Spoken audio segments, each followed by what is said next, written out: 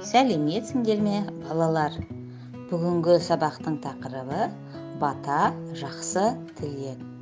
Тема сегодняшнего урока – благословение, хорошее пожелание.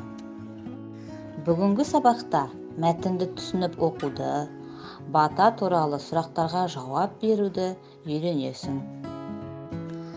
Жаңа сөздерді қайтала. Повтори новые слова.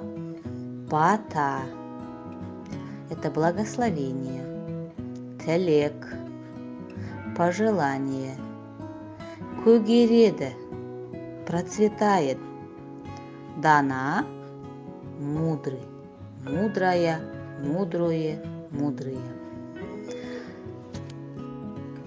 Жаңа сөздермен сөйлемдер құрастырайық. Давайте составим предложение с новыми словами. Бата – это благословение. Бата берді, дал благословение. Ата бата берді. Дедушка дал благословение. Или дедушка благословил. Тілек – пожелание. Тілек айтты, сказал пожелание. Қонақтар тілек айтты. Гости сказали пожелание. Бірінші тапсырма. Тыңда, сұрақтарға жауап бер.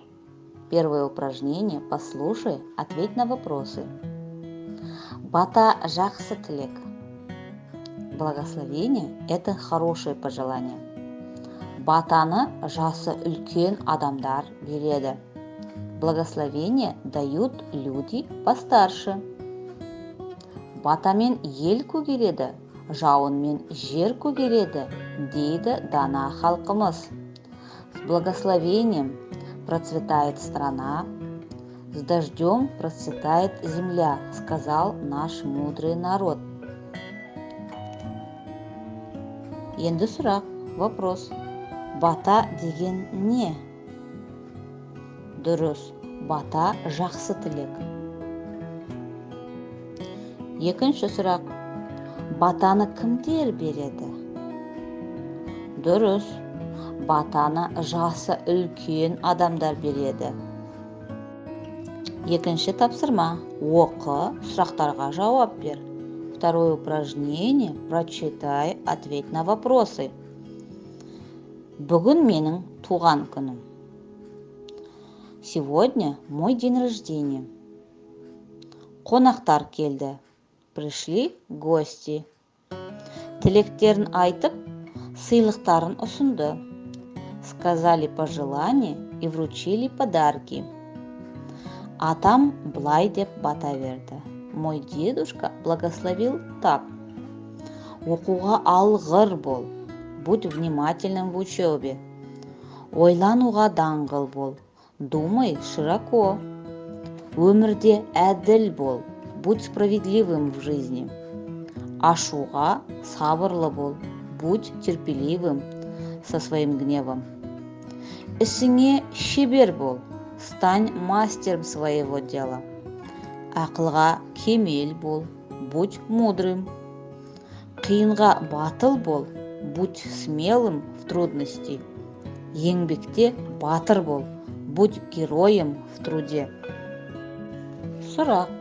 Кім бата берді? Дұрыс. Атам бата берді. Қандай бол дейді? Дұрыс. Алғыр, даңғыл, әділ, шебер, батыл, батыр бол дейді. Үшінші тапсырма. Оқы, сұраққа жауап бер. Білетін батаңды айт.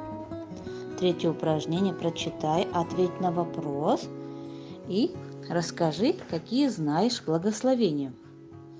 Дастарқаның мол болсын, абыройың зор болсын, абзал досың көп болсын, берген батам сол болсын.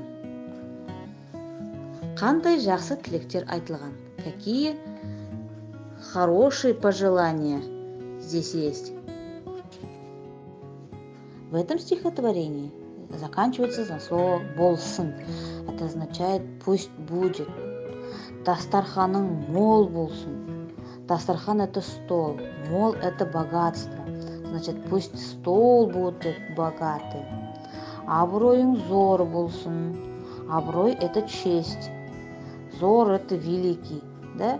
Пусть ваша честь будет велика. Абзал досың – это хорошие друзья. Көп – это много. Значит, пусть у тебя будет много хороших друзей. Берген батам сол болсын. И это мое благословение.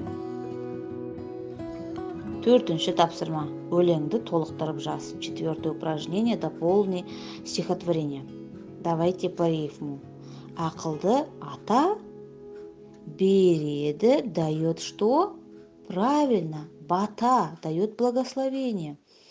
Батаны тыңдап, послушав благословение, өседі, растет кто?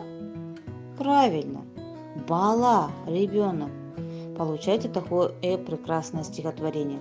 Ақылды ата береді бата, батаны тыңдап, өседі бала. Сабақ аяқталды. Тыңдағандарыңа рахмет. Сау болыңдар.